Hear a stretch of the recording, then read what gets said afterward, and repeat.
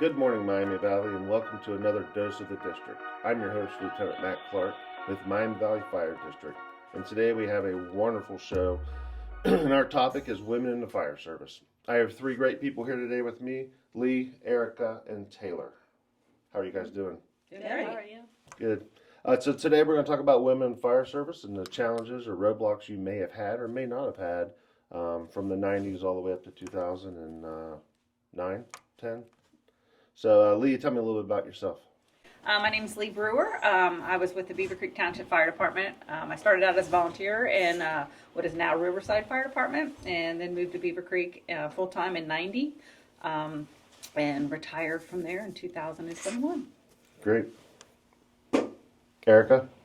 Erika Dafler. I started in the fire service in 09 at Trotwood.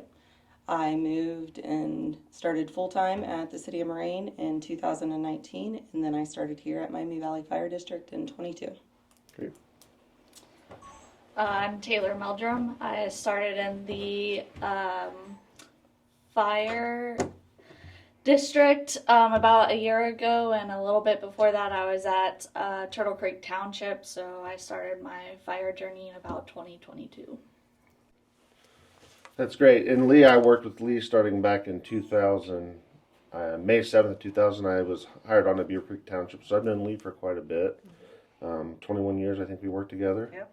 And Taylor and Erika, we've been together about, I don't know, a year with you and almost 2 years with you. You got hired on shortly after I did here at the district.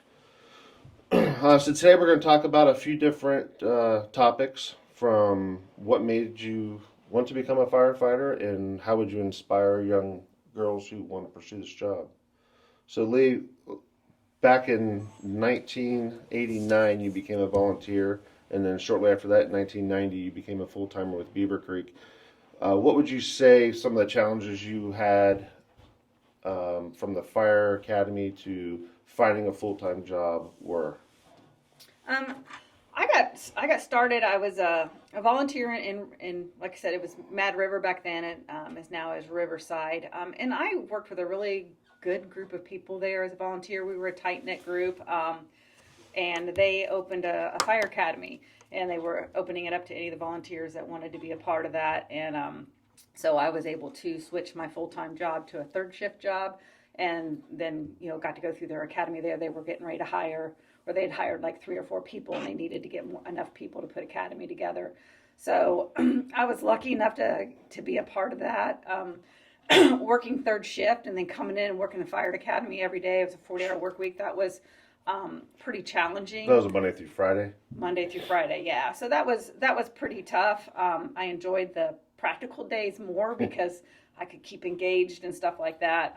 Whereas, on the school day, the classroom days were a struggle. But like I said, I worked with a really good group of people. I didn't have a whole lot of issues. There were, I know when we were finished our run, there were 2 guys that finished after me, and somebody, one of the instructors made a comment like, "Oh, you guys got beat by a," which is the first time I'd ever heard that term. I'm like, what the heck's that? But I didn't really experience anything like that in the academy, but you could hear that there, some things like that, so you knew that there was some of that there. But I was pretty lucky that like I said, there were people in the academy I didn't get along with, and there were people in the academy that I were really a tight-knit group with. And so I was lucky that, I just focused on the people that, wanted to support me and worked with them. Yeah. Taylor and Erika, did you guys feel any of that when you were going through the academy? I know that I was 23 in the academy, and although that's not an old age at all, for kids going through the academy, most of the guys go through at 19 years old, and so you were the mama. They called me, and so to me, I was like thinking I was young, but to all these kids that are right out of high school, I was not. So yeah, it was just, well, at least we have a reality new check. nickname for you. So. Yeah. I definitely felt it. Definitely, when I started the fire academy, I was a new single mom. My 4-year-old was a brand new newborn, so going through the fire academy, and I also did the accelerated program through Sinclair for medics, where I was at school for 40 hours a week on top of, trying to work full time And that was everything during else. COVID, wasn't it? Yeah, so Wow. that was during COVID on top of everything. So being able to do that and the support from my family, luckily, I got through it, but it was a very big challenge for me. Sure. Kind of backstepping here a little bit. What inspired you guys to want to be in the fire service? Because it was a male-dominated job for so long, and still is. It still is at a percentage. What inspired you to do it? Did you have a mentor? Did you have somebody that was a firefighter prior to you?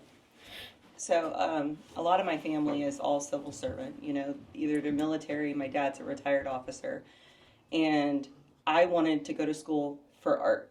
So I was actually at Sinclair to be a graphic designer, and I used to work as a waitress, paid all through college, and I actually got in a car accident, and I was in the city of Inglewood, and a guy on the Inglewood medic came and picked me up and, full C-spined me and took me to the hospital.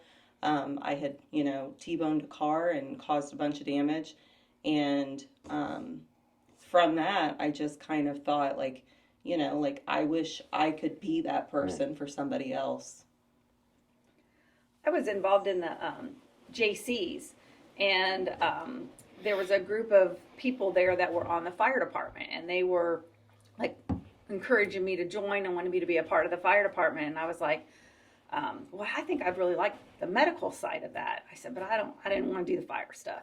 So, I got on the Mad River Fire Department and, they required you to go through fire training. And I was like, I'd finished my EMT and I was more one to focus on the ambulance. But once I went through fire school, I fell in love with it. You got hooked, right? I did, It was and the I was adrenaline like, junkie. yeah, and I was like, the medic is part of it, but man, then once I got into the fire side, I was hooked, and I loved it, and I liked the way it felt to be able to help people, to be there for people on their worst day and to try to make it better. So before, like I said, I was working at the hospital full time during COVID.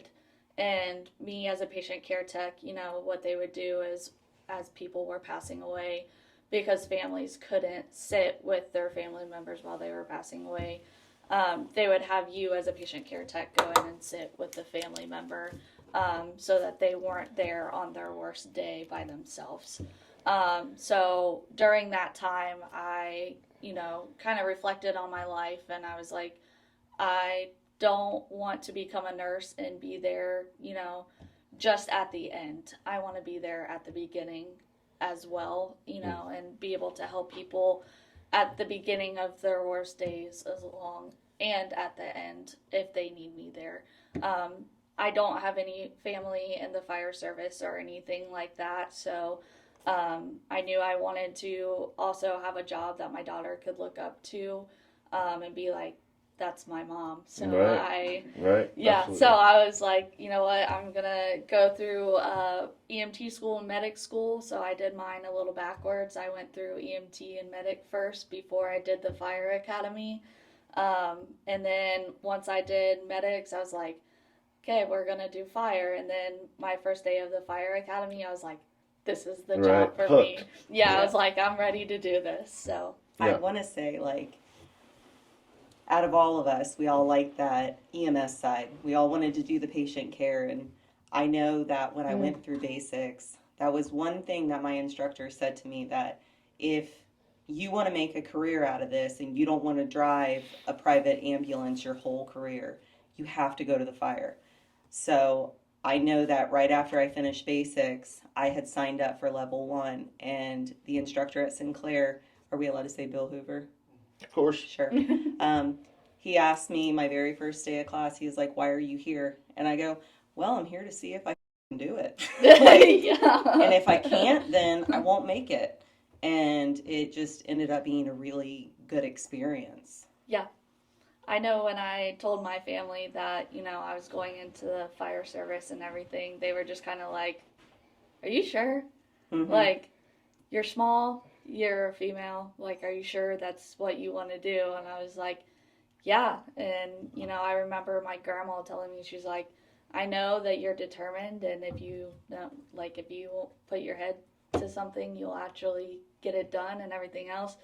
But my first day at the fire academy, I looked at everybody, because, I was the only female at my fire academy, and I had all these males in my fire academy that were all bodybuilders, and, they were all 19 and 20 and young and everything else, and I'm sitting here 23, and I'm like, A mom. yeah, Right. a mom, and I'm like, oh man, I was intimidated. I'm not gonna lie. I was like, man, I don't know if I'm actually gonna do this. And so, the fire instructors come around like, why are you here? Mm-hmm. And I'm like, to make a better life for me and my daughter. And they were like, okay. And they were like, is there anything else? And I was like, because I was told I can't. Nice. A lot of my family was like, you're not going to make it through because of how little you are and because you're a female. Your determination to prove other people wrong. Yeah, exactly. And my instructor was like, you're going to do great things here. I can already tell because of your determination. Yeah, and that is how you are here at work too. So. And I can speak for Taylor and I. She has a wonderful lieutenant that talks highly of her. And I do see that in you. And in both you. All three of you. I've worked with all three of you. I've been blessed to work with all three of you. But I see that We've in you been both. blessed with you too. Yeah. Well, I appreciate that. We'll say that. But I definitely see that in you. The hard work you put in, being a littler statue, you still learn ways to accomplish things, which is awesome. It's super appreciated. Real quick, talking about you were the one female in your fire academy.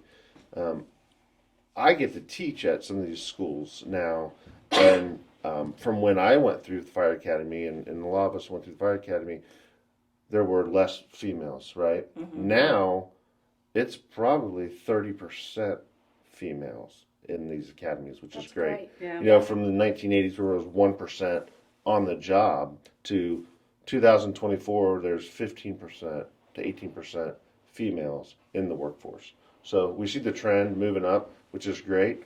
And the acceptance, I feel, is changed over the years. Just since 2000, when I started, to now, the acceptance of females on the job is skyrocketing. You still have the older generation Sure. of firemen that are still stuck in their ways, and women don't belong. And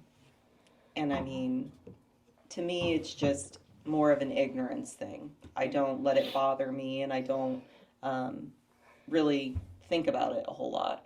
Yeah. Do you feel that you have to change your attitude or your demeanor when you walk through that door every third day? No. From home life to this life? No, you guys have both been out in public with me, and I would like to think that the person that I come into work as is the same person that I hang out with you as. Yeah. Did you ever feel that? No, I don't think so. I feel like I was really blessed where I worked, and I'm sure there was some of that there, but I didn't really hear a lot of it, and it's like we were talking, I never considered myself a female firefighter. I just considered myself a firefighter, you Sure. know, and you may hear from other people, oh, this person doesn't think women should be here. This person doesn't think women should be here, but nobody really said a whole lot directly to me. So I didn't really feel that. And I felt if people didn't like me, that was either their shortcoming or maybe one of my shortcomings, but or an you know, insecurity of Or, theirs. or Yeah. Right, threatened. right. They may have felt threatened. yeah. for So sure. I just tried to work hard to do a good job. And like I said, I worked with pretty good people. You always have people that, aren't going to be supportive, and those are the people you just don't focus on. Yeah. Did you ever feel like the public perceived you different when you would show up on scenes or trainings or public educations where it was you and other firefighters that were male? Did you feel like the public perceived you different? It was funny. We showed up on a call a couple weeks ago, and a elderly male comes out of his house, asks us what's going on, and he has a Vietnam hat on, so he was older, and he tells me, he's like, they let you drive. And it is not the first time.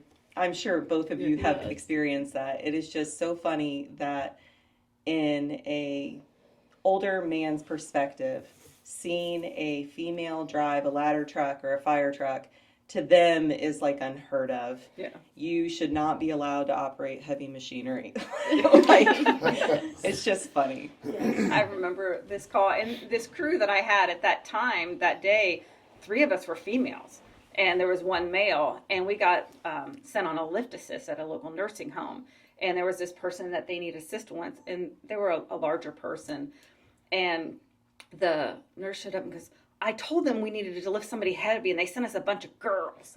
I've had that too. And I was a little irritated. I'm like, just get out of the way. And I said, what was so funny is we got in, the 4 of us moved him, no problem. And when we went to leave, I looked at him and I said, not bad for a bunch of girls, huh? And I said it was kind of funny because out of the crew, the guy on the crew was the weakest link. He was the one that, had a bad back and couldn't lift as well. And I was like, we kind of did, and it was just kind of funny. We were like, I asked for help to lift, and they sent us a bunch of girls, We get that a lot, though, when we go on lift assists, I feel like. I don't know if you guys can lift yeah, us. And then we get them up, and they're like, well, you're stronger than you look. Yeah, and I feel like it's more elderly females, honestly, that, like, when I walk in, they're like, oh, you're not going to be able to lift me. And I'm like, well, we'll see. Like, I have a really strong partner, too, so, we can both do this. And she's like, are you sure? Like, But there's you techniques don't want and help. body mechanics that Yes. on a day-to-day don't understand, like how to appropriately pick people up. Yes, Right. exactly. Yeah. And, I always, worked out and tried to make myself as strong as I could be and as fit as I could be, but I just didn't have as much upper body strength, but my lower body, I had good lower body strength. So Right. that's, you just... We're women. We got thighs for days. So, you just had to, like you said, change the way you did things to use those strengths. And that's something that Taylor and I have talked about before, just in, doing roof simulations and things like that we've done together is, I've always told her, if you can't do it the way the guy on your shift does it, you have to adapt. So there's more than one way to skin a cat. And I know that is like a cliche thing that we all say, but it's true, especially if you're not able to pull a ceiling down the way Matt pulls a ceiling down because he has that upper body strength. Just use what techniques you've kind of adapted to yourself.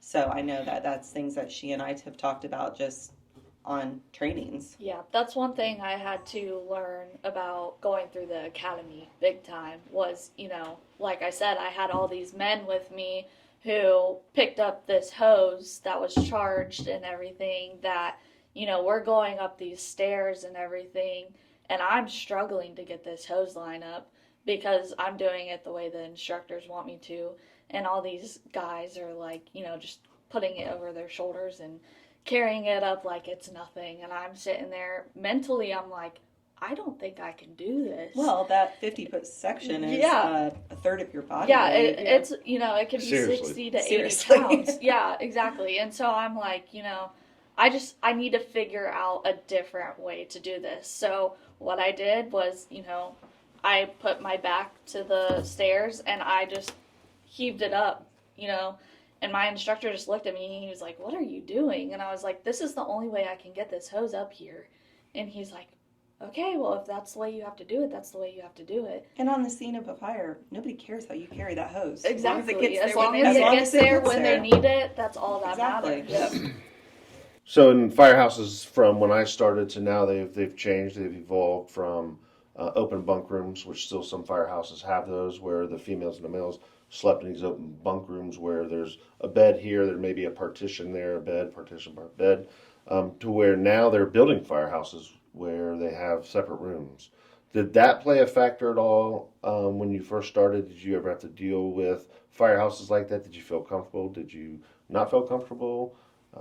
So I was at Trotwood 73s, which is their smaller house on Salem Avenue, and it was one bunk room that was, like a 10 by 6 room, and it had 3 bunk beds in it. And there was about 15 fans, and you heard everybody's snoring and CPAPs and farts, and Yep. it was definitely a close-knit family, and it never bothered me. And at 54s, we have partitions and curtains, but it is still a very, cohabiting Sure. room. I think nowadays it's more normal. Mhm. I going into a firehouse, I knew that was going to be a possibility, so it doesn't really affect me. I've known of some people who it has affected and who didn't feel comfortable with it, but it didn't have any change on what I felt with. I mean, my crew today, if we had to sleep together in the same room, in the same bunks, stuff like that, it wouldn't change anything. I didn't really have that too much, maybe on recalls and things like that, because when we went to a 24-hour shift, I had gotten promoted to a lieutenant. So I had my own office. So I didn't really experience that. But we did, like when we'd come in on a recall or something like that, you'd sleep where you would sleep and stuff. Right. And it was, it was the same thing, the farting and and then they get mad at me for farting, But yeah, but I didn't experience that a whole lot. I mean, I was a huge snorer, so I was so glad because I was the one that would keep everybody up. Sure. Speaking of recalls coming in on like a working fire or just a long day on the job, 24-hour shifts is typically what most fire departments work, 24 on, 48 off. How would you go home and decompress after a long shift? Maybe you're up all night. Maybe you had a rough couple calls in that 24-hour. How do you decompress? I mean, after our nursing home fire the other day, I just went home and slept. I mean, I slept until like 2 o'clock, and I woke up and I drank a pot of coffee because, that's what we do, is we live on caffeine. And, I mean, I hung out with my family all day. I unfortunately didn't get to do that. My toddler You're decided that she did not want to let mom sleep that day. So, I just hung out with her. We watched movies all day, played on her tablet, played board games, stuff like that. Finally, it was nap time. I think her and I both slept about 3 hours. And, like now, your daughter, she's how old? She's 4. She just turned 4. And Aiden's 16 now. So when I started in the fire service, it was very similar to that. But now, he's self-sufficient. He feeds himself. And But I also talk about it with my crew. We have a group chat on our phones where, we all check on each other and, talk to each other, make sure that we're doing good that day. If we have a bad call, we have our peer support people who contact us to make sure, that we don't need anything, which is nice. I also talk to my boyfriend about it, talk to my family members about it. So that's how we decompress a lot. I always tried not to go back to sleep because then I figured I would just be shot. So I would just suck it up through the day, maybe take a short little nap. But I would, if I had, I needed some stress relief, I'd make sure I get a good workout in to try to relieve some of that.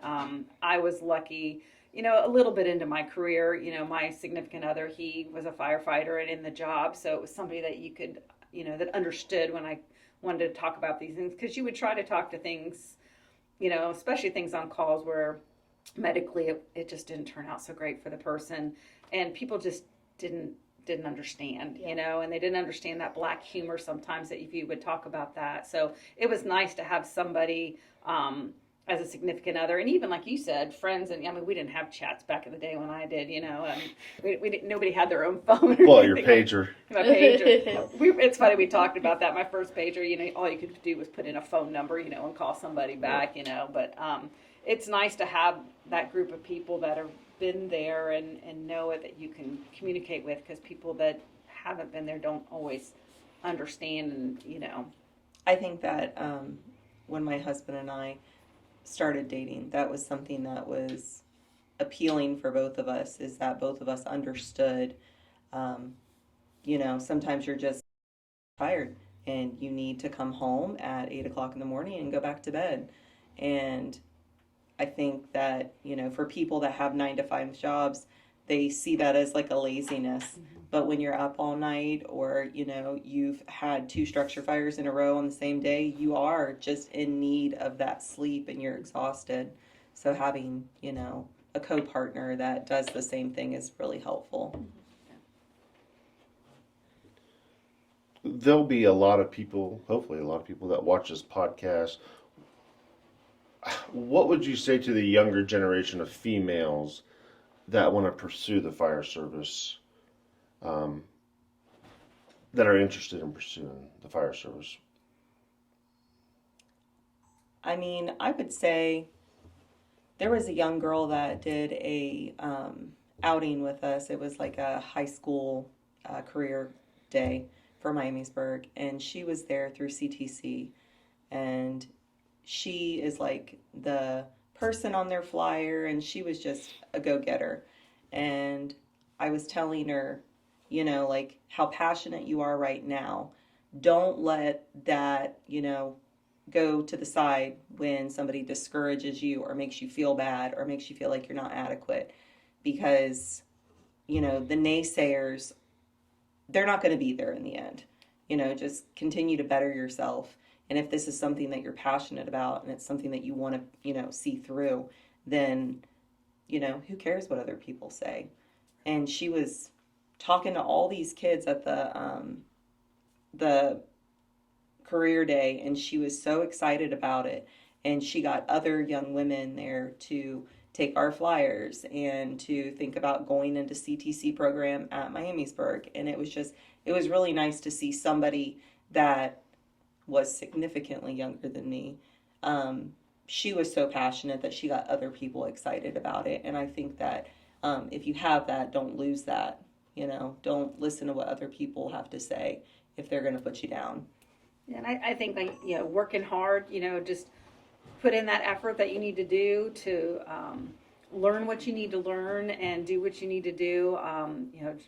Nowadays, it's a big thing on fitness. So try to get yourself in the best shape and find that person that, that you talked about that can be a cheerleader for you, tell you the bad things that you need to hear, but tell you the good things and help make you and put you in a better place. So find that person that you can confide in and, to be there for you, to help you, like you said, be a cheerleader, push you through and look at negative at the naysayers. That's what I always said. I tried to focus on the people that were going to be positive. Yep. And help me to get where I needed to go. I know it was when Taylor started here, it was a while back. The guys at 54s were just being funny, but they were like, we're going to have a cook-off and see, who can make better desserts, Erika or Taylor. And I had text Taylor, and I was like, don't feed into their Taylor.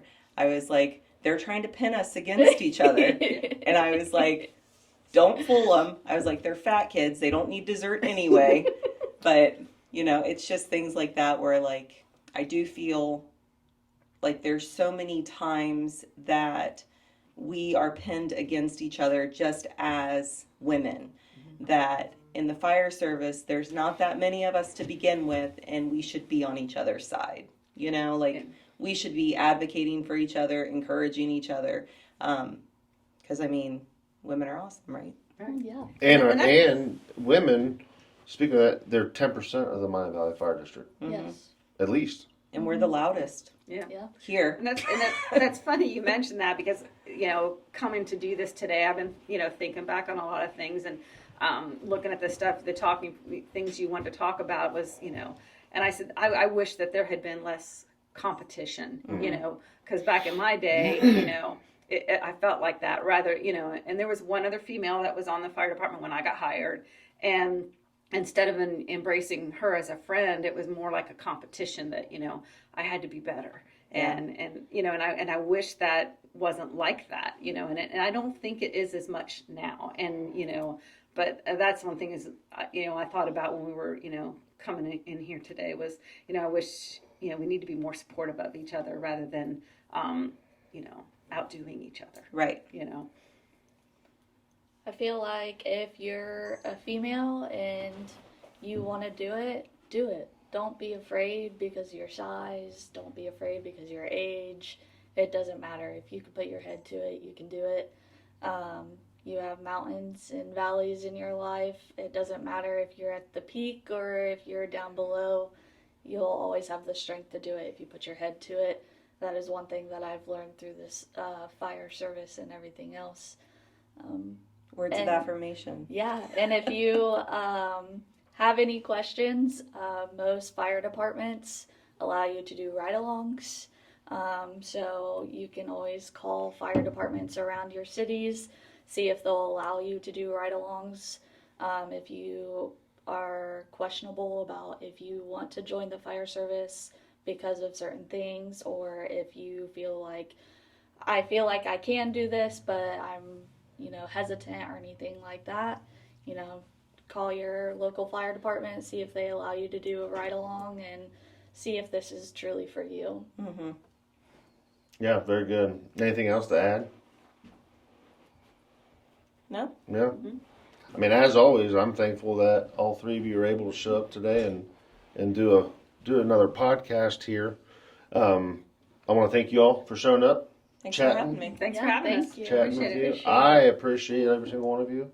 I know that there's a lot of support here at Miami Valley Fire District for Definitely is. our female firefighters. I know that we work hand in hand every day, and I wouldn't want it any other way. I have some very good female partners, and super blessed. I had them from when I started to where I am now in my career. So I thank you. Yeah, and I know, like my previous job, of the female firefighters that are there. I mean, there's some that were hired shortly before I left, but all the other ones are lieutenants.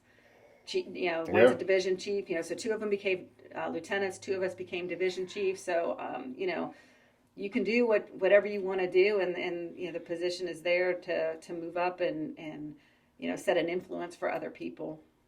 And I would say this last year I did my first promotional process here, and I would say here at the district there was not a single person that wasn't willing to help me and show me things that were helpful on assessment centers and give me just heads up on, okay, well, this might happen, so make sure you're not missing this and this.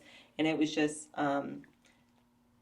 I would say, I don't want to say empowering, but it was more like, it was just nice that nobody, even though we were pinned up against each other, it wasn't like they wanted to see me fall on my face, An Well, affirmation. They just were encouraged. which is how it should be. There Right. should be somebody that should step up, and they should help you. Right. Times have changed. Mm-hmm. Acceptance. Again, I want to thank you guys for stopping by and having this podcast with those of the district. Until next time, we'll figure it out and we'll have another good episode, right? Yep. Yeah. Thanks for having us. Yeah. Yeah. I'm your host, Lieutenant Matt Clark. This has been a dose of the district.